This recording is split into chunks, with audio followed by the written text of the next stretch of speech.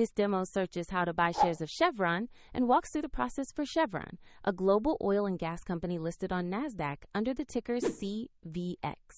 This is an educational walkthrough and not financial advice. To buy shares, you need a broker, and I will use eToro as an example to show the steps. After registering, you must verify your account, usually with an ID document, and add funds before placing an order. Use the platform search box and type the CVX ticker to find the Chevron listing. Select the result that shows Chevron on NASDAQ to open the stock page. On the asset page, you will see basic company information and a price chart to review recent movement. Confirm the company name and CVX ticker to ensure you have the correct share.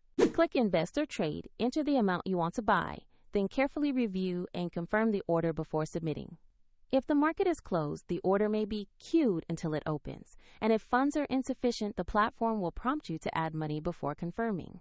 After the trade, the position will appear in your portfolio, where you can monitor it over time. A link to eToro is in the description if you want to visit the platform, and remember, this is for educational purposes only.